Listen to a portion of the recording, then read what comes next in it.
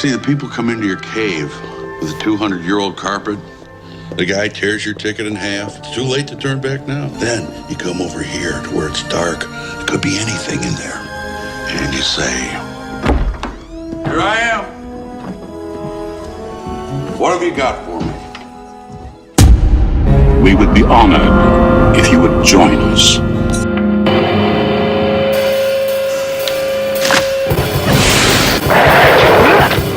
Dad?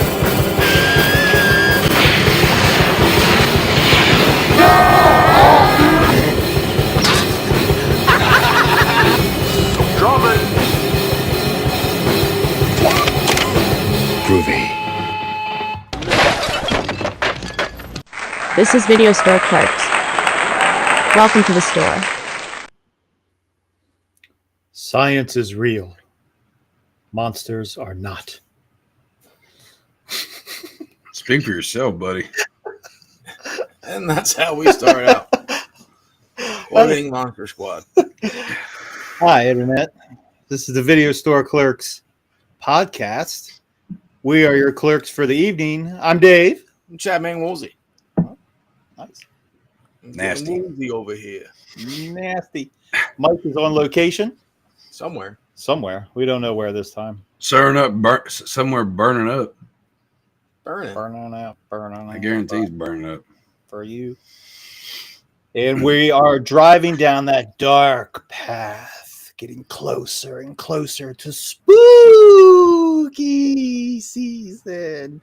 It's the most wonderful time of the year. Hey. Getting ready. And we're easing into the season because tonight's movie might be one you never heard of. Might be one you forgot about. Might be one that passed you by and you never saw at all. We are talking 1993's Matinee, directed by Joe Dante and starring John Goodman, a movie within a movie. So that's going to be a lot of fun as it takes place around the said spooky season and some Cuban Missile Crisis thing. I don't know. We'll get to it.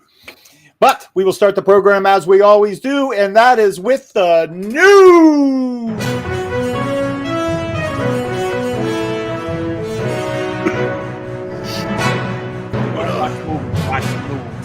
Wanna go fuck yourself.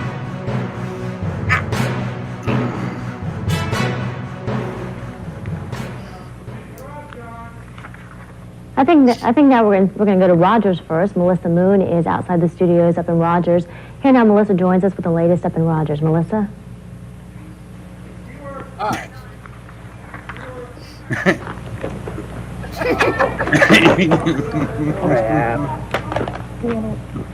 A little bit of problems right now.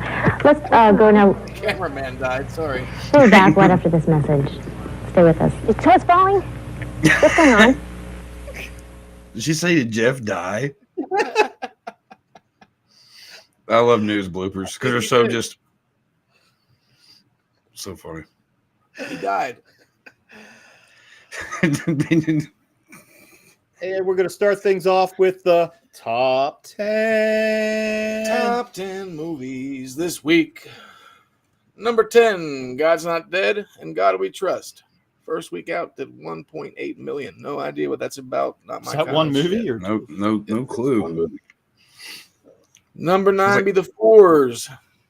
They don't know they don't know what what Fours is. I wish it was a movie about him. That'd be hilarious. Right? Yeah. This weekend it did 2 million, putting its 4 weeks run to $24.1 million. Hoo-ha! Yes. And number 8, It Ends With Us. This weekend doing $2 million, but at 6 weeks it's doing $145 million. Yeah, that should. I swear, with a title like that, the end of that movie, they better both off themselves. Like the end of The Mist. Right. Except I would love to see that. I would love to see that in like a like a Notebook type movie. You know, everybody's like, "Oh, it's so loving," and then it gets to the end, just complete misery. It leaves you just feeling depressed and just angry with everything. Like I want that. Like I want that movie. I'm gonna write that. It's like, well, this sucked. Number 7, Alien Romulus, doing 2.3 million this weekend. bringing its 5-week run to $101 million. Still not seen it. I mean, I don't know.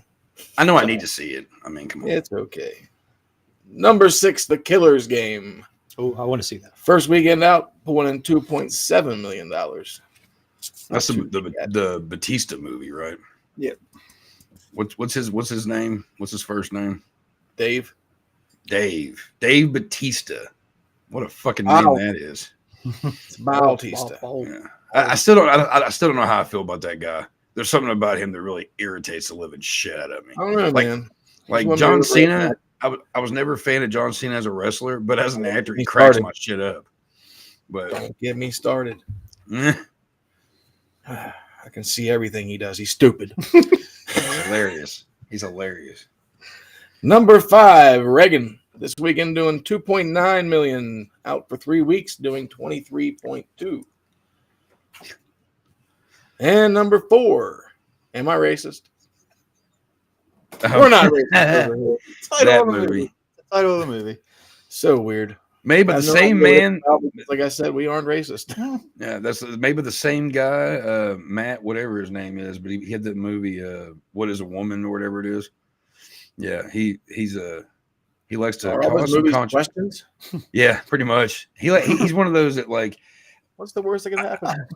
He's one that a lot of people either you love him or you hate him. I think guys like him are kind of funny because I agree kind of with some of their shit, but I just think that some of it's just ridiculous. But like I didn't see that first one, and I probably won't see this one either. Either. Yeah. Number 3 dropping down is the Deadpool and the Wolverine. Ooh, still need to see that. First time. This weekend they still did 5.2 million, bringing the last 2-month 8-week run to $622 million. Holy shit. Zoinks. Bank. Number 2, Speak No Evil. And my finger says shh. I'm really curious to see how that one is. Even though it's fucking Dumbhouse. Like yeah. And I guess it's a remake from a movie that was made 2 years ago or some shit. Like something like that. Yeah, I don't know. The trailer looks interesting. I'm not gonna lie. Part of me goes, hey, maybe they got an idea in their head that might actually be cool. Or the only thing that's cool is in the trailer. And that's probably what the deal is. Because have we seen anything that hasn't been a big steaming pile of dung in a while from them? No, I don't think we have. And this is probably going to be a big chunky helping of beef stew with flies all around it when it comes out too. But you know what? I'm hearing not so horrible things yet. So fuck you, Blumhouse. But if you give us one, I still hate you. Well, this movie just came out and it did 11.3 million. Of course it did. Here, Blumhouse, go clean up your backyard. You got shit everywhere. Agreed. Number 1, you guessed it, Beetlejuice. Oh yeah. Doing 51.4 mil this week, putting its last 2 weeks up to $188 million. Damn. Yeah, I mean they're killing it. Unfortunately, it sucked. I still want to see it. Go see it. I still want to see it so I can figure out if I need to figure out a good argument against you all or just join the plan. I don't know. It'll be the 3-on-1 tag team situation. I mean, it wouldn't be the first time, you know.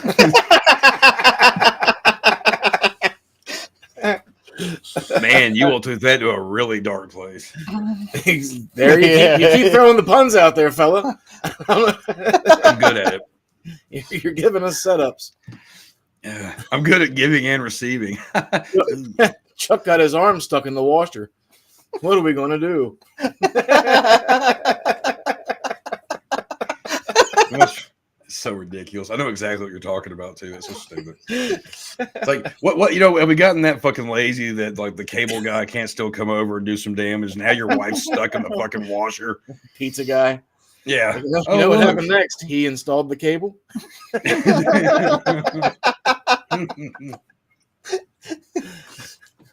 Excellent. Oh, excellent. In other news, the Emmys took place the other day. Did they? Didn't watch it. Chuck didn't either. I didn't either. I didn't know. But just wanted to acknowledge that the big winner was the TV show Shogun, which walked away with 18 Emmys out of 24 nominate. 24 nominate. Isn't that everything? Is that everything? I don't know, but that's been on my queue on the Hulu. I need to watch it, but I haven't got there yet. And that is a record, by the way. That's fucking impressive. 18 wins. I didn't think I was going to want to watch it, but now I kind of want to watch it. Right? That's kind of I just keep forgetting. Honestly, I just keep forgetting. I mean, I don't have any time to really ever immerse myself in sitcoms or drama, TV shows and stuff. I barely get a chance to fucking watch the movies that we talk about on here. So yeah, I forget about a lot. Like I'll be like, oh, I just found out this show the other day, and people are like, that came out 6 years ago. Nobody's watching that now. Exactly. If it's any kind of like martial arts shit, especially shit that took place way back when, like I'll watch. Like Western? Is it like Western shit? I mean, it's like Western ninjas or something. You ever seen Warrior? No. Oh, all right. Well, just watch it. It's like that. Excellent. It's nothing like that, but just watch it. I'll make sure to have no clue about what that is later too. In other news, the Batman Star, while celebrating its 85th year as he first appeared in Detective Comics number 27 in 1939, he will be the first superhero ever to receive a star on the Hollywood Walk of Fame. As it's deserved. Like, I as a kid, I was a Superman guy, and then I got to be about 6 years old, and I realized how much I didn't like Superman. Batman's one that like I always have just everything about. I mean, everything, the cartoons, the comic books. It was a little darker than most superhero stuff. Like if it had Batman on it, I was all about it. Like I still find myself going, oh, Batman stuff, okay. Yeah, so it deserved. And Batman star will neighbor co-creator Bob Kane and actor Adam West. Oh yeah, perfect. Oh yeah, rest in peace. I don't want to talk about P. Diddy. Oh, should we? We? No. Guilty. Move on. Long story short, he was arrested last night and he's not being freed on bail. Hell no, that motherfucker's gonna get what's coming to him. Good for him. And a whole shitload of charges. Serious. Oh, dude, yeah. No, he's fucked. He's toast. Yep. He's hanging out with R. Kelly. In happier news, braiding hair. Studio A24 and Regal Cinemas are teaming up as some of A24's best horror movies are heading back to the theater this October. Mm-hmm. It will be once a week, every Tuesday. Some of those movies include The Killing of a Sacred Deer, which I've never seen. It Comes at Night, Hereditary. Ugh. I don't have trouble saying that. Hereditary? Fucking yeah. Really? Hereditary. Eat my shit. Go on. Also, A Ghost Story and Dream Scenario are the other ones. Ooh, A Ghost Story, like the original Ghost Story? Or is this a new one? The new one. But I'm not hearing any, like, what the fuck? Like, no, I'm thinking classics. Like, because I know that Regal's going to have, I'm on October 2nd in Lexington, which is like 30, 40 minutes away from here. They're going to be playing Texas Chainsaw Massacre. Oh, nice. So I'm hoping to go to that. Like, so like I was expecting to hear some good shit, and then you give me Hereditary. Eat my shit. See? Happy news. And more happy news. Another one coming back to theaters, celebrating its 20th anniversary. On October 20th and October 23rd will be Saw, the original, and this will be an all-new director's cut. Yeah. I can get behind that. It's the first one. I've loved for the first three at least. I love a lot of the deaths in a lot of them, but the first three is probably where it needed just to go stop. So I can go with Saw. Saw's cool. It's not Hereditary, so that's all that matters. Hey, you remember that guy we were just talking about, John Cena? He's going to star in a live-action Matchbox movie. You know the Matchbox cars we had growing up? They're making a movie. Well, everything I just said, I take it back. All right, anyway. Matchbox movies. He could have just played one of the creepers in the Minecraft movie. And finally, in some Deadpool and Wolverine news, there's finally been some news broken as to when it's going to come out on home video. As of now, the on-demand release will be Tuesday, October 1st. That is subject to change and also does not include the physical media or Disney Plus release date. That'll probably be a month. It'll be before Thanksgiving, I would think. Yeah. That makes sense. Oh, real quick. I got to say, we were talking about beforehand. And also, apparently, the one of my favorite alternative bands from back in the day that came back for a reunion have decided to cut that reunion short because Perry Farrell of Jane's Addiction decided he was going to come after Dave Navarro on stage the other night and make a complete scene because apparently people couldn't hear his voice, so he blamed the band. Anybody that knows anything about Jane's Addiction, knows anything about Perry Farrell, knows that it's no shocker probably that he's losing his fucking mind because drugs are bad, okay? Back to you. And I just saw it here that 10 hours ago, Perry apologized to Dave Navarro and his bandmates for what that's worth. And Dave Navarro still quit the band. So, yeah. Good one, Perry. You could have done something good there, and you fucked it up. Oh, well. So, they're done again. That's it. Now we can go back to Oasis. We got Oasis to watch crumble again. So that'll be fun. We'll keep you up to date on that, folks. Fuck But yeah, we will. Tonight, we're talking about the Matinee, 1993. Oh, man. And I just saw on here that this movie was released January 29th, 1993. January is the death spot. It's the worst date of the calendar year to bring out a movie is January. Because this film, directed by Joe Dante, that you probably Gremlins 2, The Howling, etc., etc., etc. And John Goodman needs no introduction. He's John fucking Goodman. Man, did we get that shit fixed? No, That's bad. Sounds good. All right. Yeah, no, John Goodman, one of my favorites. Always has been one of my favorites. I went to see a lot of movies of his during this time in the early 90s. Arachnophobia. He just had that little part in Arachnophobia, but it was memorable. Terminator, yeah. King Ralph. I didn't go see Babe.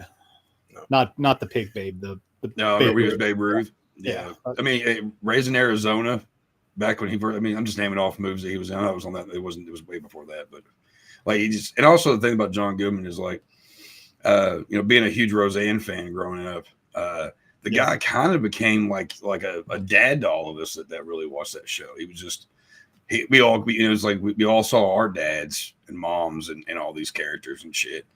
And I don't know, even to this day, if it's got John Goodman, I'm going to check it out. Unless it's Connors, I'm kind of off on that one. But besides that, Yeah, I gave up on that show a long time. Is it still on? yeah. Is it really still on? It's been on for a while. Yeah, they had, I'm and we can get to the movie, but like this, talking about Roseanne though, it still pisses me off how that all worked out. Like, I mean, fuck, you made everyone's favorite like stay at home mom or like tough mom, like the one we grew up with. You killed her off by making her OD.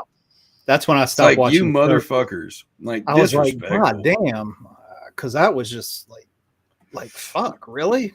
Yeah. I mean, Roseanne was I don't even know. It was something political or something, or she said something. Roseanne was never one to be shy, ever. No. I don't know why everyone was acting like this was something. She made a really horrible, I'm not going to say what she said, but she made a very horrible,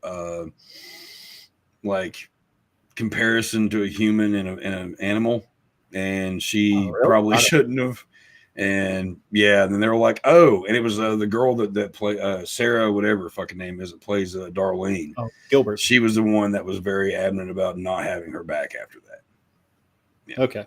I don't know. I assumed it was something with politics. So John Goodman. John Goodman's still awesome though. We love John Goodman. Fuck everybody else. And then he found then in the later 90s, God, Big Lebowski, Fallen. I mean, he was just nonstop. And while he was filming the show, I mean, I think the last season of Roseanne, you can see he has Walter's hair and beard. Yeah. A couple episodes he was in. Yeah. From the Big Lebowski. So you can't forget the Righteous Gemstones or Revenge of the Nerds. Right. And then I got to also add, talking about John Goodman, the Kevin Smith movie Red State. Yeah. That monologue at the end that he does is just so like you almost get chills. Like he just the man, he's I don't know, he's just great. He's one of the legends. That's a very underrated movie. Yeah, agreed. 10 Cloverfield Lane. Yeah. He did awesome in that too. That's part of that movie. Locked in the bunker. Yeah, that was a good one. His performance in that movie was the only thing that kept me watching that movie. Of course, yeah. I'll be honest. Yeah. He can be scary as fuck too. When he wants to turn that shit on, he can be pretty scary. He's a great actor. Oh yeah. He really is, man. I'm still waiting. He's been a really bad guy in a couple of movies, but he was like I'm pretty sure, was he in Death Sentence, the remake, or some movie like it? He was in Death Sentence. Was he like the main bad guy? Yeah. Well, he was the one douche's dad or whatever. Okay. All right. Yeah. I knew he was one of those, but like I've always wanted to kind of see him be like a real, like, shitty dude again, but I don't know. He's probably getting too old to be that way anymore. Maybe he's grumpier now. I don't know. No. But he looks great. Yeah. But anyway, we actually watched a Q&A from last year whenever they did the 30th anniversary of Matinee. And it was a Q&A with John Goodman and Joe Dante. Oh, that's cool. Yeah. Hell yeah. No, yeah, Matinee kept that weight off, and he looked good. Yeah, no, because man, he got real big back in the Roseanne days there for a little while. He I saw him in interviews and stuff because he drank a lot. He really was a big beer drinker, and he would end up in really weird places. Like there's pictures of him drunk inside of like he fell into a water fountain or some shit or whatever. But yeah, no, like I'm glad he's still around. But no, Matinee. Let's talk about Matinee. All right, Matinee. This surprised me. This film, again, in early 1993, had a budget of $14 million, which really surprised me. If I would have guessed, it was like half that. But unfortunately, the movie only brought in $9.5 million. It didn't do well. It kind of came and went. It was. I only think it was in theaters for a couple weeks. I don't remember being in theaters. It just kind of went away. Yeah, I didn't know it was a thing until my dad, where he used to work at TV stations, ABC affiliated, he would always have ABC on. And I guess it was a Saturday night or a Sunday night. They played a movie or something, and Matinee was one of them. And my dad, like, he was all about watching it. And it was one of those that I always enjoyed, that nobody ever knew what the hell I was talking about. Yeah, it's a fun movie. Like, I talked about it the other day at work, telling them, because they're like, "What are you doing this week?" And I'll tell them, and they're like, "What the fuck is that?" I'm like, "A fucking hidden gem." It really is. It's a movie about a movie. Long story short. John Goodman plays. Lawrence Wilson. Thank you. I just blanked on the character's name. Larry for short. Is who John Goodman plays, a B movie director that's based on a real life B movie director called Bill Castle, which I know a little bit about. This was during a time. It takes place in 1962, again under the backdrop of the Cuban Missile Crisis, and this was at a time when television was taking a lot of people away from the theater. Television changed a lot when it first came out. So here's this guy, Bill Castle, who was a salesman, and he came up with these gimmicks when people went to go see movies in the theaters, not just 3D. I'm talking crazy shit. like he'd have not that crazy. He wasn't that crazy, but he'd have skeletons strung up from the ceiling that would go back and forth as the movie was taking place with glowing red eyes, freak people out. People dressed up in costumes running around the theater. For instance, in the movie, he did some of that shit. Castle did the buzzers in the seats. Was it the same guy that did the Tingler? Was that the same guy that made the Tingler? Yeah, that's it. That's what it was called. Yeah, and I think it was a movie by the same name. That would shock people on certain parts and make you jump out of your seat. Tingler, Vincent Price, I think. Yeah, there was another one that's also in the movie Matinee where they have a nurse or someone dressed up as a nurse setting outside before you walk in through the doors of the theater that has people signing waivers because the movie is so scary. And he actually did that too. Castle did. That's cool. I wish they still did shit like that. Sometimes they do, but very rarely. I mean, we got the 40X stuff, and you might have to with Terrifier 3. Who knows? See, that'd be fun. They should. They really should. They could go far with that. Yeah, it's like if I worked at the theater, I'd be like, man, how about I come and dress up as Art and I run around while the movie's playing, fucking freak people out. That'd be great. Just like the exit door and then just stand there, then walk back out. Yeah, for free. But the bad thing is, though, is these days, unfortunately, we live in a shitty time period where somebody comes running around like dressed like a character from a movie in a movie theater, looking like they might hurt somebody. Somebody's liable to get shot. Or you could do it if you're like, hey, this is so and so. They're going to be around. Like people will be running around. This is what they look like, so you know what they look like. But unfortunately, we live in a time where it's kind of hard to do shit like that. You know, too many psychos. And with this movie, I'm not kidding, it takes place during the Cuban Missile Crisis. So you have from this real life event where people think the bomb's going to drop like any minute. And at the other end, you have this B movie that Lawrence Woolsey is bringing to the city called Mant, M-A-N-T. It's exactly what you think it is, a man that turns into an ant. It's too bad they didn't see it. I totally would too. That's what I was going to say. It's too bad they didn't shoot like a whole movie of right. They just, I guess, 15 minutes, however long it was for the movie, but film it whenever they're actually filming the movie. Yeah, that'd be great. Yeah, that would have been cool. That for the movie.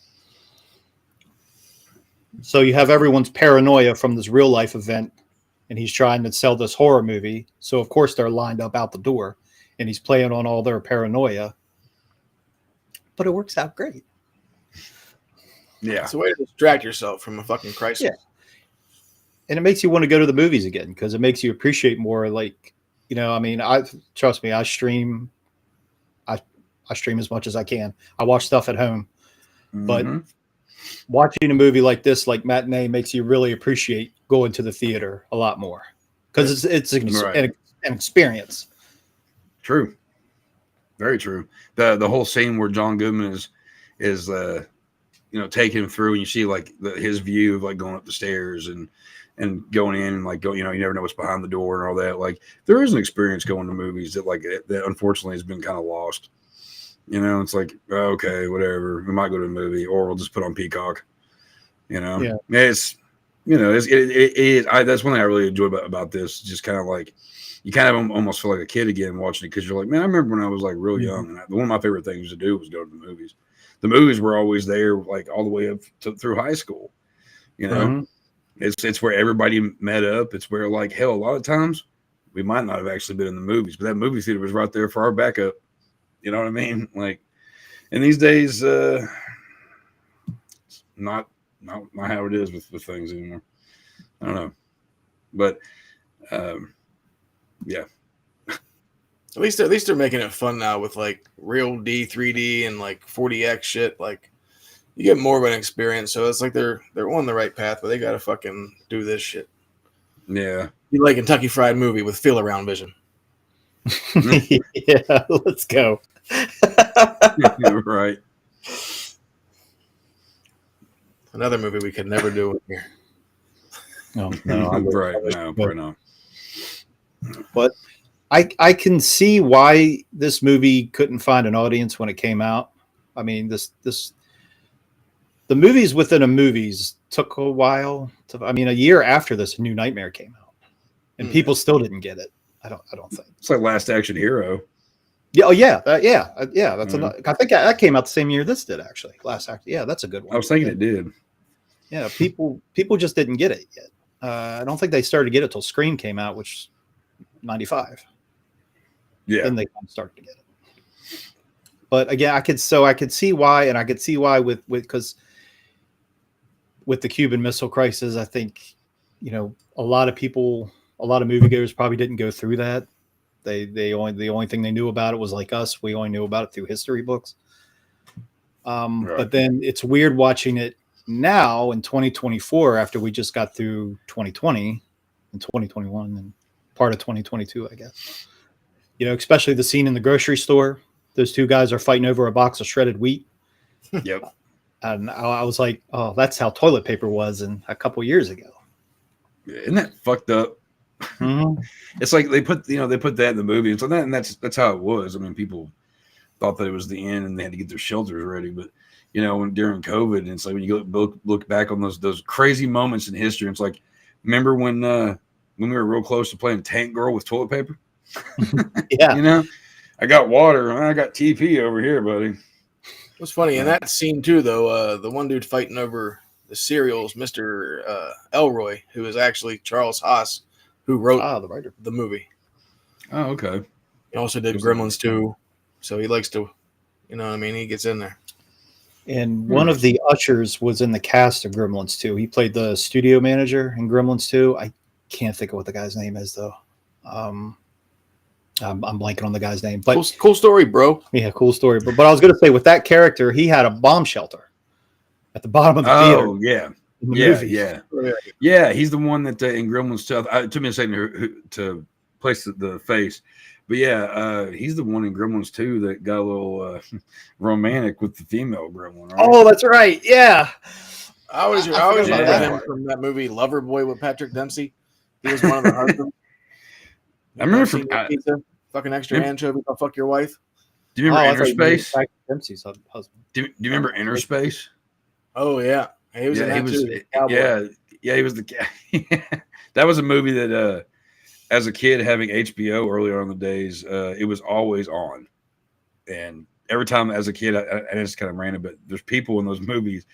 Like he was also in Who's Harry Crumb.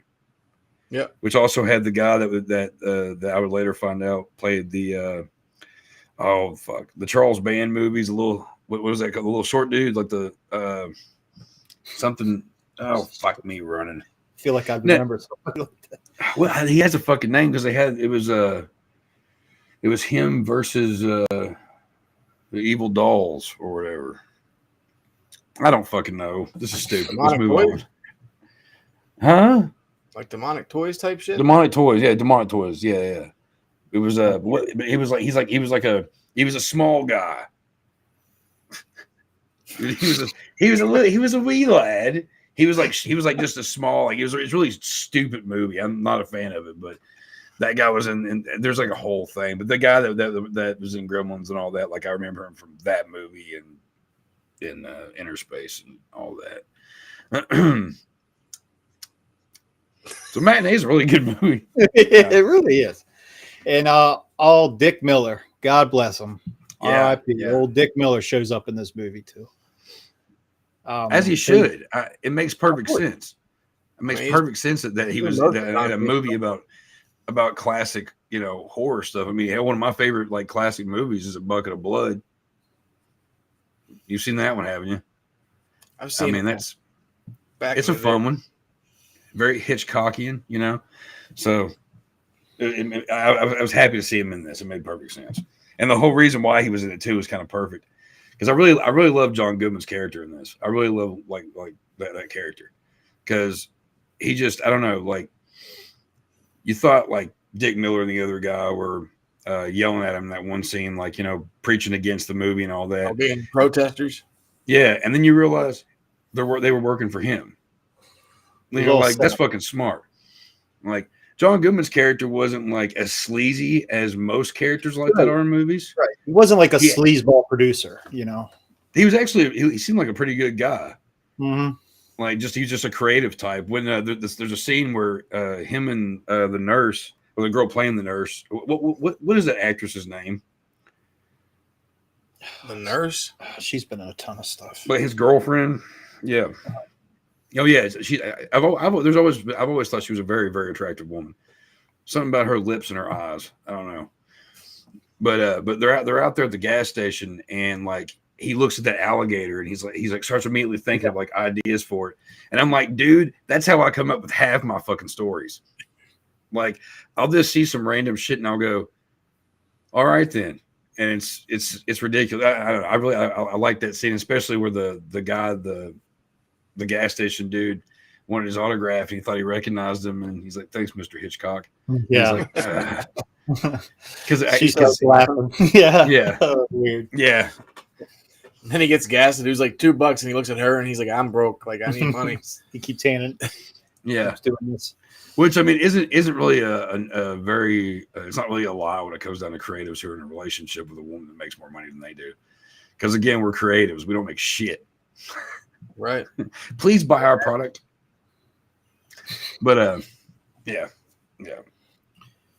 And also, if you look kind of fast, young Naomi Watts is in this movie too. Mm-hmm. I was very kind of floored by that. I was like, man, she doesn't age at all. Yeah. That fucking movie they made about the shopping cart, though, that shit. I kind of want to see that one too. Yeah. That looks really interesting. She likes you. Like I'm fucking petting a shopping cart while it's humping my leg. Get the fuck out of here. And you thought Herbie was stupid. Hold my beer. Yeah. Hold my shopping cart. Fucking Bubbles, fucking Trailer Park Boys are like, oh shit, shopping cart and shit. Right, you see Bling Bling come walking out of the fucking alley. Yeah. And yeah, it's stuff like this is a Joe Dante movie through and through for sure. There's even that animated part with the wall. But yeah. Mm-hmm. Where he's explaining how movies real big and his teeth real long. Yeah, I love that scene too because I totally agree with what he's saying. He's like you can make the teeth as long as you need them to be. You can make them as I'm just like, man, fucking truth. It's the joy of being creative. You can come up with all that shit. You don't have to always like depend on everybody else's bullshit. You could tell that fucking Goodman just had a lot of fun doing this movie. Yeah. Well, that's something else is Goodman did a great job. Like you believe him as to whatever character he's playing anyway. But you know what? I'm not going to lie. I kept also picturing John Candy doing this role too. If there was anybody else that could have played the role, I could have seen John Candy doing it too.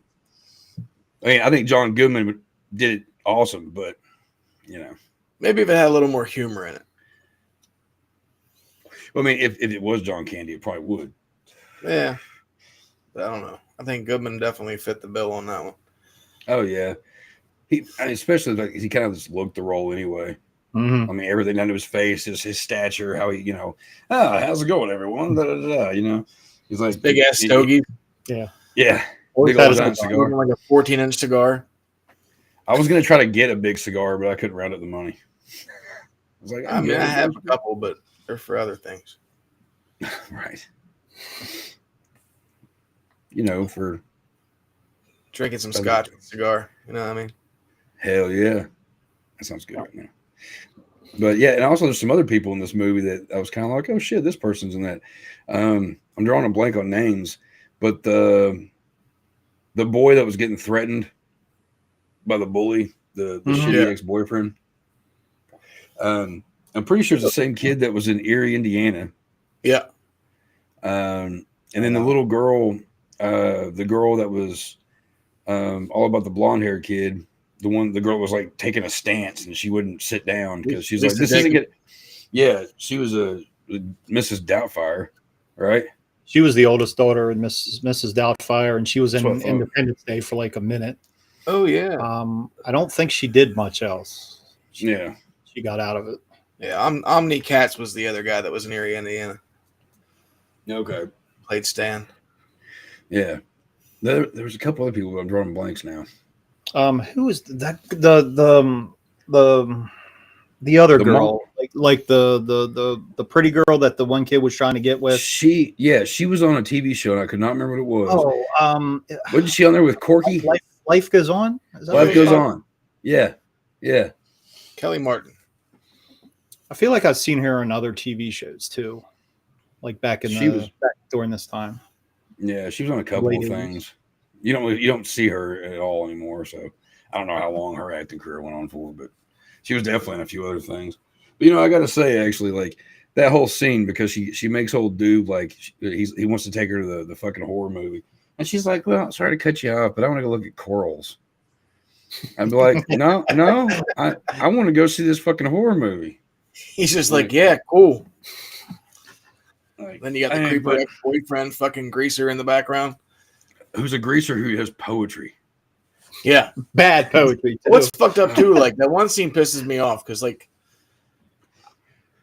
she's walking around with the new dude Stan coming back from school or whatever. Then she starts trying to get him to kiss her, but while she's trying to do that, she's telling him a story about how her ex-boyfriend taught her things, and he used to rob banks or grocery stores or something and liquor stores. And then I'm like, you can't fucking expect some dude to want to fucking like give you like make out with you or whatever you're trying to fucking pull off whenever you're talking about some dude that helped you become a woman. How to be a woman. Yeah. It's like, no. I've been with a few chicks that like, at those the last minute before things get heated, in a good way, where they want to admit things. It's like, it's where the whole alcohol thing kind of like comes into like, oh, these are bad decisions in life. And it's like, it's already too late. You're like, well, I've already kind of committed to this problem. I'm going to grab that I've already wasted 3 hours of my life talking to you, so fuck it. I might as well play it out. No, and it's not even so much that. It's like you're thinking one thing, you're like, all right, like, and it's like, don't really give a shit about somebody's body count. But like, when they're blatantly just talking about, you're like, oh, I have competition that apparently doesn't even know they're I didn't know I was competing against anybody, but apparently I better make this good. Like, yeah, like it just, no, she kind of pissed me off with that shit too. Cause I have been in situations before where it's like, you just told me a shitload of things I didn't want to know. And you would put my mouth against yours. No. You just told me the things you'd like to do with your you just told me all the fun things you like to do with your tongue, and you want to rub it up against mine. Oh no, honey. You're going home. Yeah, we'll call it a tongue. Yeah. Now, depending on how much I've drank at that point, it's either now you're gonna go inside and you're gonna brush your teeth and you're gonna like rinse out. I'm gonna come back and get you in an hour. But there's also a good possibility you're just gonna stay here. I'm gonna go pass out. That actually has happened. I'll be right back. I'm gonna go eat, go home, put some fucking French fries in the oven, and I wake up to my fucking fire alarm going bang, bang, bang, bang. I'm like, oh, somebody's gonna be mad at me. Our good friend Sturdy knocking at the door. Tongue rubs. Tongue rubs. Go check out Horror with Sir Sturdy. Give him a subscribe and a like. Tell him the clerk was on his show earlier talking about Evil Dead Trap. Evil Dead Trap. Yeah. Oh, old ass movie. 90 or 88. A lot of fun. It's on Shudder. Check it out. Wait, is it join this Nerdy show on Thursday at 8 p.m. and talk about Evil Dead Trap 2. Is Evil Dead Trap like the Japanese movie? Yeah. Oh, yeah. Me and Whitman watched that like a year or two ago. I guess it was like a year ago now. Yeah, that movie's interesting. Anyway. It's fun. It was fun. It is completely different than the one we're talking about. Yes. Couldn't be any more different. Yeah, completely. If you like Barry Manilow, you're going to love ICP. That's pretty much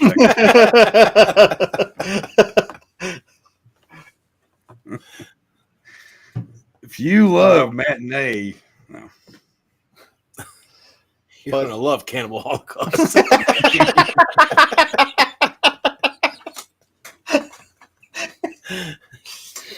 Oh, shit. But yes, also in the story of Matinee, like we were just talking about earlier, it's also a coming of age story is also thrown in there. At first, I was a little worried because like I'm not going to relate to any of these people, but this is a movie for people that like movies. I can relate to a few things in this movie. Like we can all relate to being like, you know, dorky little fucking kids. Yeah, having to deal with assholes. And there was a few women, there was a few girls back when I was in school that I had to pass on because I got kind of the same bully treatment. Not from bank robbers and shit like that. Like that whole situation's a little fucked. Well, but let's put it this way: I agreed to be somebody's boyfriend, and it lasted literally 35 minutes. And then I about got my head smashed in. So I said, "Sayonara. I'm gonna go listen to my Marilyn Manson CDs and just be lonely. It's safer that way." And here I am. You know, we all turned out just fine. I think so, David. Did we? So. I mean, I think we're just living it up. Yeah, I mean, we're beating the odds. I mean, in a lot of ways we are, but we're not going to get all philosophical. Socrates. Yeah, Feel free to join us in the chat. Join us in the conversation. We are talking 1993's Matinee, starring the one and only John Goodman. John Goodman. You know, one of my friends growing up, his name was John Goodman. Yeah, That's awesome. Yeah, his dad was Herb Goodman. He was a teacher in my high school who got fired because John's brother got caught by a cop smoking weed. Oh, okay. Yeah. So he had some good herb, man. So around the school were all these posters. There were all these posters that said "Free Herb." So it was just posted up all over the place. Yeah. Gotcha. So anyway, sorry to take you down memory lane again, guys, but welcome to my nightmare. Go on. And this is Kentucky. Special by Chuck Nasty. Hell yeah. Get it. He's like, let me tell you about the sewers. Well, let me tell you, we don't have the time. This shit's so fun sometimes. Actually, every time. I think I laugh more on Tuesdays than I do the rest of the week. Oh, all put together. Right. Things are going pretty good right now. I'm not going to jinx it. All right. Right. So, yeah, this one kind of found its audience after it left the theaters. After. Released in 1,100 theaters, again, January 29th, 1993. It ranked number 6 at the box office. But it got rave reviews. Currently, in case you wondered, it has a 93% approval rating on Rotten Tomatoes. 42 reviews with an average of 7.7 out of 10. The consistency is smart, funny, sweet. Easy for you to say. Matinee is a film that film buffs will love and might even convert some non-believers. Unquote. Convert them to what? I don't know. That's all it says. We used to not be no movie watchers. We watch this fucking movie, watch them every day now. I don't know. I just don't know what that comment means. Like, not believers in what? I don't know. Believer. I'm a dick. I see you. Anyway. Siskel and Ebert both gave the film 3.5 out of 4 stars. They loved it. I mean, it's a fun little wholesome family film. You know what I mean? And get a little bit of introduction to some old horror shit. Yeah. Could create new fans. Yes, as the main kid. I'm blanking on the character's name. I'm sorry. Gene. Is that it, Gene? Okay. Reads monster magazines all day. Knows everything. He knew who Woosley was as soon as he saw him. The Dick Miller character, the two so-called protesters. He saw a picture of Dick Miller in one of his old monster magazines and approached. No, it was the other guy. Oh, was it the other guy? I'm sorry. Okay, one of the guys. His name was Herb something. Speaking of Herbs. Was his name Herb? Yeah. That's funny. It's amazing how we can stay on track yet not be on track. Right? It's like the 7 degrees, whatever the fuck we're talking about. It's almost like we know what we're doing, but we don't. Maybe we're pretty good actors. Maybe. It's just like life, you got to wing it sometimes. Wing nut. But where am I? That happens sometimes too. I'm brain foggy. But yeah, no, this is a fun one. I don't know. I actually originally was going to watch this with Dax because I thought he might get a kick out of it. I think he'd like it a lot. I think he would, but I think that he might. The whole the whole girl shit and her talking about all that, like he would feel really uncomfortable like watching that. I think just those scenes. I think when he gets a little older, like when he's more into like girls, like he'll be more understanding of certain things. But there were a couple of times, a couple of things were said that I'm like, not yet. The one scene that was pissing me and my cousin off. So fucking him and homegirl get locked in the bunker during the filming of the movie because the fucking owner of the theater hears all the extra rumbling and shit from the speakers because they have all the shit jacked up to give everybody the actual feel of like a fucking nuclear war going on. Yeah. So like they're down in this fucking bunker. The shit gets locked accidentally. And then me and my cousin are like, all right, dude, like now's your chance. Like drive it home. Like you're the only two people going to survive this shit. Got to repopulate. And then she's the one that brings it up. He's just sitting there all fucking dope, like just being a goofball. Derp. And then fucking she actually brings it up. Like, we got to repopulate and this and that. So then they finally start making out or whatever. But then I was reading that, like, the dude that played Gene didn't like her at all. So he was like, it was like the most awkward kissing scene ever. Yeah, I mean, he said it took like 5 takes because he just kept fucking bailing out. I don't know. I guess we're just like old now. It's just weird to see two kids making out. Yeah, now, yeah.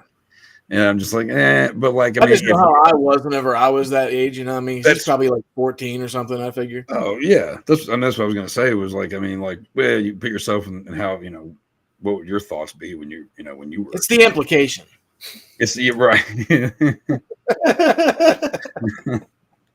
but yeah, no, like, yeah, no, I think everybody would have that same thought, but I couldn't imagine being, that's the one thing about actors I give them like a lot of credit for, because you hear about actors not getting along or like they didn't like this person, they didn't like that person. Right. But you wouldn't know it in the movie. Like it's just like great chemistry or whatever the fuck.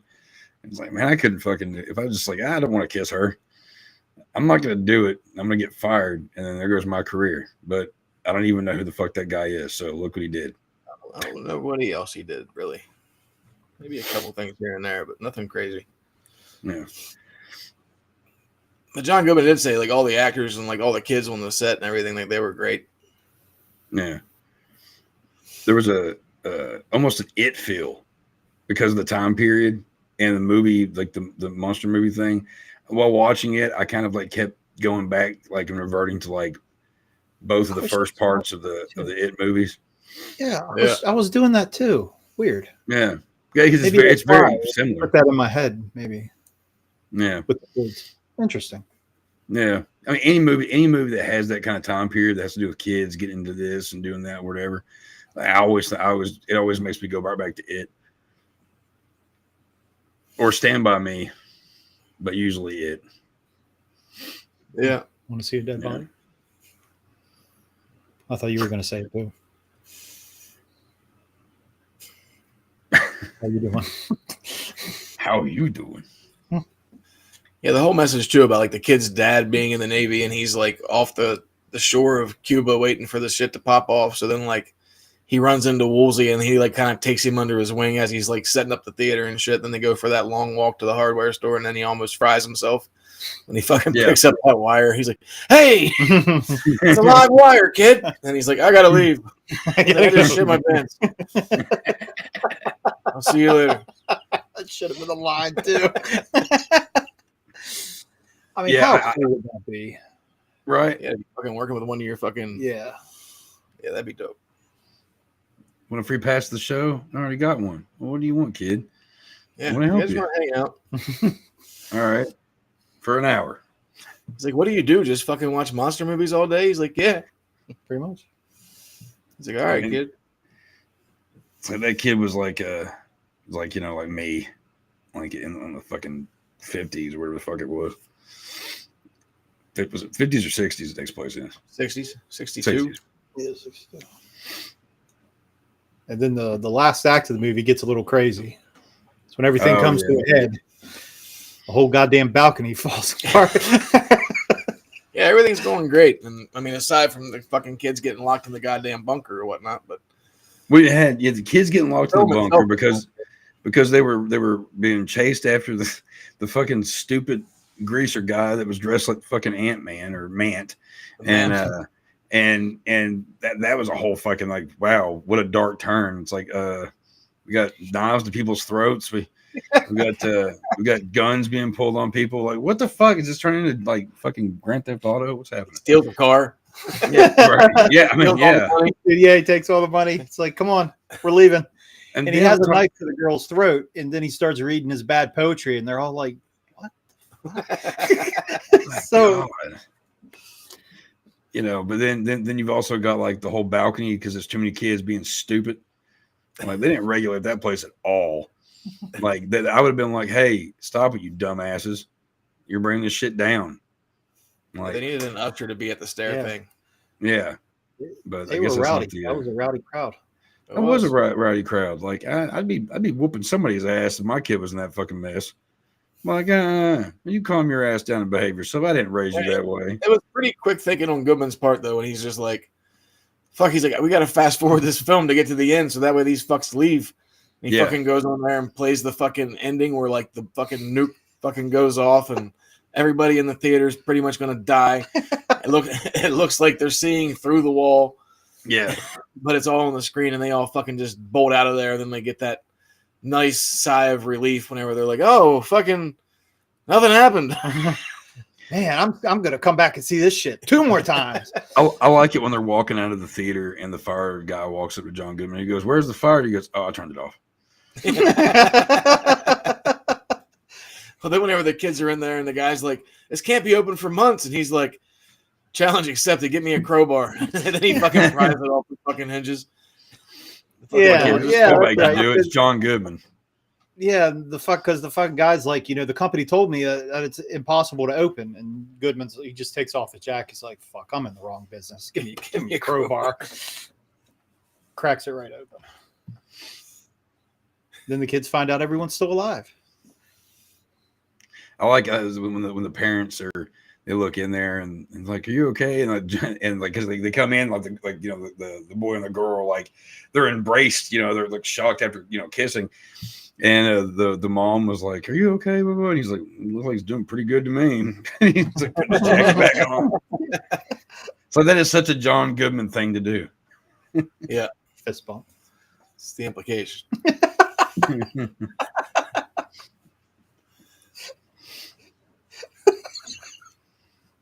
I keep thinking of it. It's the implication. Fucking love Sunny in Philadelphia. It's too good. Oh, yeah. But this movie, I don't know, definitely took me back to my childhood whenever I watched this shit. Right. Made me want to go back to the movies, too, as soon as possible. Right. Makes me want to go see some classic movies in the theater. So October 11th needs to come quick. Terrifier 3. True. I would like to see that one in theater. I don't go to the theater much at all, as you know.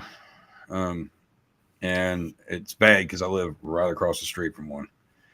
I just, either there's a bunch of like, steaming piles of shit out there that I really don't give a fuck about and I can wait. Or I don't have the money at the moment. Or like, sometimes there's been times I'm like, hey Dax, you want to go see the new Despicable Me movie? Blah, blah, blah. You're like, nah, maybe tomorrow. But then like he has moments where he wants to go, and then a lot of times he changes his mind. I'm like, no, okay. Like, so I just don't ever get over there. The Terrifier 3 is one that I'm definitely wanting to see in theaters because I wanted to see the sequel when it was over here, and they put it back out. That'd been cool to see in theaters. But I want to have the experience of seeing one of my new favorite franchise films, in theaters. Not something I'm going back years from now and going, oh man, like, so like I'm excited about it. And there's not really too much I'm really that excited about actually really dying to see in the theaters besides that one. Yeah, for me, last one I think was Deadpool or Alien, but like I want to see those, but I'm pretty sure they'll be on Peacock in the next like month or two. So I mean, maybe not Deadpool. Yeah, I'll still be able to find that one. I already know that. That's gonna be a really big turret. It'll probably be on Disney. Disney Plus. Whatever. It's still stupid. Yeah, it is. That's okay because I didn't realize that Max was HBO Max until like 2 months ago because I'm stupid. Like, oh, so Cinemax and HBO are the same thing. Santa, Satan, they're the same guy. Anyway. Yeah, I guess it's funny how everything has changed again with technology. Like when this movie is taking place in the 60s with TV kind of taking people away from the theater. Nowadays, streaming's kind of taking people away from the theater. Yep. Like I said, I like streaming as much as the next person, but man, I miss going to the movie. I used to go to movies all the time, man. Even by myself, I would go. And now we only go like once, maybe twice a month. Because it's like now you kind of get to pick, like, does this movie deserve me going to see it in theaters, or is this a movie I could just chill out and watch on the couch or whatever? You know, right? Like Deadpool, you got to go to the theater. Alien, you got to go to the theater. Terrifier, you got to go to the theater. Like that Reagan movie, watch that when it comes out. The Crow will just burn it completely. I'll never watch the Crow remake. Right. Trap is I guess it's going to be on Trap. It's going to be on Fandango or whatever here soon. I saw. Yeah, because they all come out on home video so quick now. Back when we were kids, we had to wait 9 months to a year before they came out. To get that Fandango. Brand new video cassette. Well, what we got here? There's a knock on Fresh the door. on the scene. Hello. Hello. What's up? How are you? What's going on, brothers? What's the word on the scene? I can't hear. Hold on a second. I can't hear you very well. It's What's fucking loud. I'm here. Seattle, baby. What's the good word? Hell yeah. Woo! We're out here having a blast. 30 stadiums, man. This was my 30th stadium. I've been to all the major league ballparks. We're out here having a great time. I just want to check in with the brothers, see what's going on with the matinee. We love some John Goodman. John Goodman's the shit. It's a fun little film. I had forgotten all about it. Whenever you guys mentioned it, I was like, oh shit, matinee. I haven't seen that forever. And I think what sucks is like how in the film, the movies are so interactive, you know, where he has the man running around or like the buzzers on the seats and shit like that. And you don't have that anymore. And I think it would be a fun experience to be able to bring that back to the theaters and make it more interactive. And I was like, why don't they do that? You know? So, it's a fun little flick, man. How you guys doing? Nice. We're doing good. Can you hear us? I can hear you right now because they're not screaming on the microphone or anything. Oh, okay. Yeah, we're doing good. You actually, we were just talking about that a minute ago about how they need to do stuff like that these days. You know, for real. You know, it'd be fun. You know, we were talking about like we got. Almost saw a home run there. Oh shit! Woo! Oh, if we could get that live, that would be awesome. Now we just get fancy popcorn buckets. It's true. It's true. Live in Seattle, Washington. So yeah, raining. Music's playing. Hold on. Oh, I can hear it. I can hear it. All right, what you say? Copyright. You're gonna get us anyway. So at least it's not raining. Oh, Yeah. that's Good thing it. it's not raining. That's it. At least it's not raining. No, man, you said all the same things we were saying. This is a fun little flick. It's for movie fans. We were talking for a little while, quite a while, about John Goodman, all the movies he's been in, and how far he's come in his career, and how great he is. He never turns in a bad performance ever.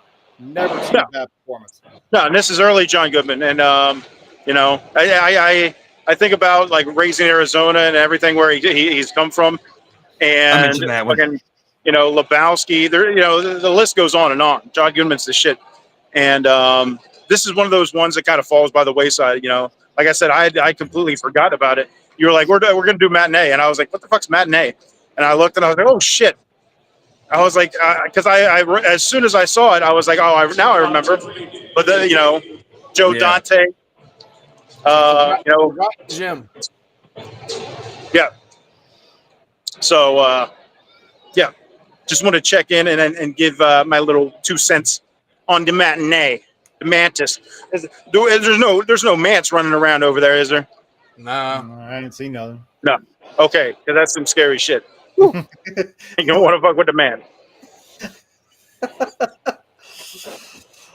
All right, brother. Thanks for checking in. That's awesome. 30 stadiums. That is pretty cool. All right, I'm gonna get back to the game. Yep. Love you, everybody. All the viewers out there. Peace out. I'll see you next week. Yeah. Live on the scene. Yeah. How did he get out of the video store? He got a pass. We have passes? Don't worry about it. He don't work here half the time either. That's pretty cool, though. What do you say? It's 30th stadium. Yep. That's all of them. We got all 50 states and all 30 baseball stadiums this year. Oh yeah, no, that's pretty cool. I mean, I'm not a baseball guy, but that's a pretty cool little thing though to celebrate. We're actually going to the very last game of the season for the Rockies in Denver in 2 weeks. Oh, wow, nice. That'd be fun. Badass. Well, there. I guess we spoiled the shit out of this movie if you've never seen it before, but that's okay. You'll still have fun. Oh, there's like plenty we didn't talk. There's plenty of stuff people. You know, it's a fun movie. Yeah, definitely fun movie. If you haven't seen this in quite some time, I advise to go back and watch.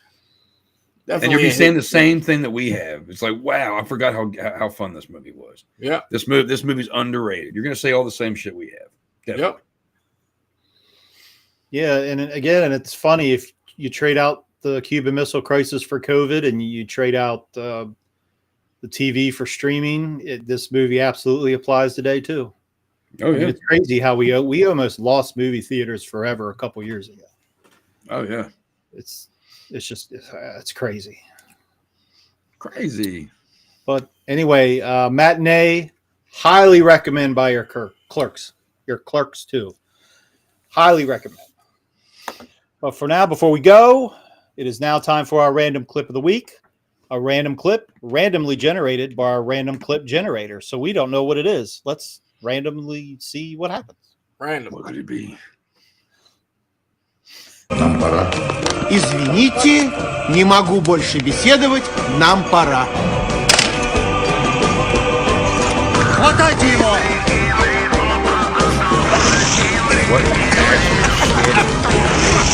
В шею, боксеры!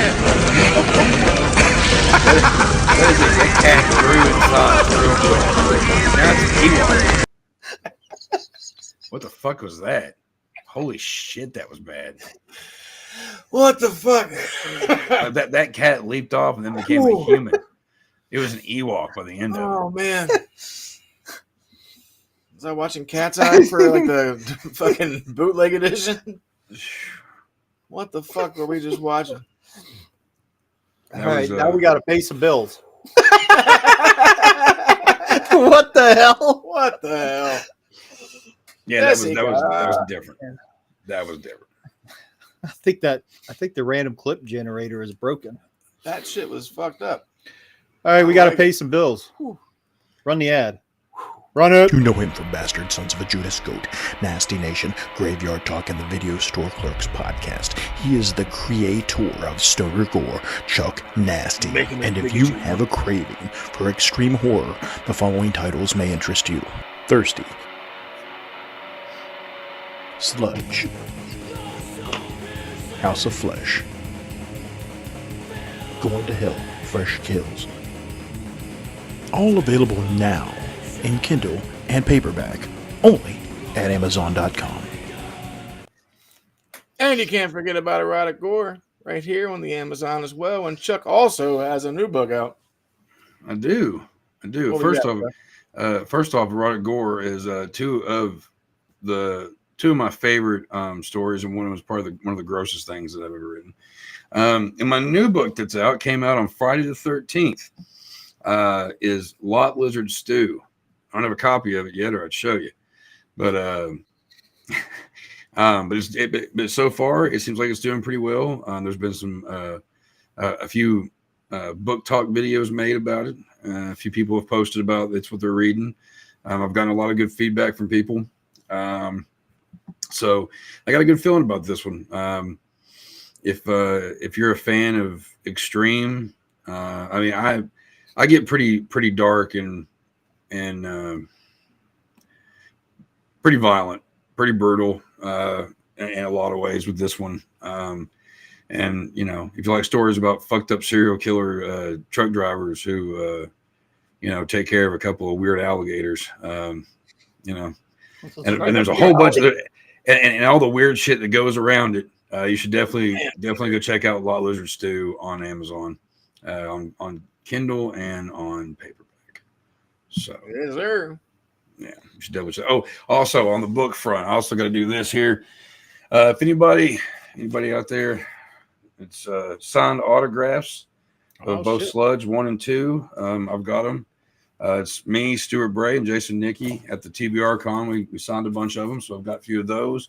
I have. Where's it at? I still have. Okay. I've only got a couple of copies of Thirsty. I still got 2 or 3 copies of Erotic Gore, and I've got quite a few of. I got a few of Going to Hell. If anybody would like a signed copy of that, holler at me. Let's make a deal. No. Let's make a deal. So send Chuck a message if you want any of those autographed copies, those books he said. And links for Chuck's other works will be in the description. Check that out. And if you haven't already, make sure you subscribe to the Video Store Clerks. Give us a like. Share the video. Share the content with your friends. Share it with your enemies. Share it with strangers. Share with your friends' enemies. Share them with your grandma. Share them with your dad. Share with your dad's dad. Your grandma's grandma. Go to the cemetery and I'm just kidding. Go on. Then even go check out our boys. We got a little podcast family with Horror Sir Sturdy. Go check out him, the Scene Snobs, and Ambassador Radio and Media. And we also got to throw out all the Whitman stuff too. Whitman Photography. Yes. Set that out. And still got episodes of Graveyard Talk and Nasty Nation on Spotify, but we're not able to. I guess they stopped the thing we used to do the podcast with. I guess it stopped working, so we've been trying to figure out another avenue with that. But you can still go on Spotify and check that shit out as well. And also my band, Bastard Sons of a Judas Goat. So, yeah. Oh, yeah. All kinds of content to check out. And again, the links to all said content are in the description. Yes, coming sir. soon, OnlyFans. Oh, we'll keep you updated on that. Ladies. Mm-hmm. We do what we got to do. What are we doing next week? Next week, following what we were doing tonight, we did a movie about a filmmaker making a movie and putting on a movie in a theater. We are next week talking about the fucking filmmaker that would never give up. We're talking about the 1994 30th anniversary of Tim Burton's Ed Wood. Ed Wood! A movie about a dude playing another dude. He is. You're in for a treat. It's a good one. That's another fun one. You got to get in there and watch him go back, watch him Plan 9 from Outer Space. That's pretty much his most memorable film. Yeah. So that'll be fun. Good shit. It's another one that I think it goes under the radar a lot. It's a fun one. A lot of good cameos in that one as well. It's another Tim Burton Johnny Depp mashup. Nice. Isn't George Animal? I'm looking forward to revisiting. Yeah, I haven't seen this in a long time. Okay. All right. Yeah. All right. So check it out. We'll be doing that next week. Check us out. Tuesdays, 10 p.m. Eastern. Join us live. Until then, Word to your mother. We'll see you next Tuesday. He doesn't know the forces.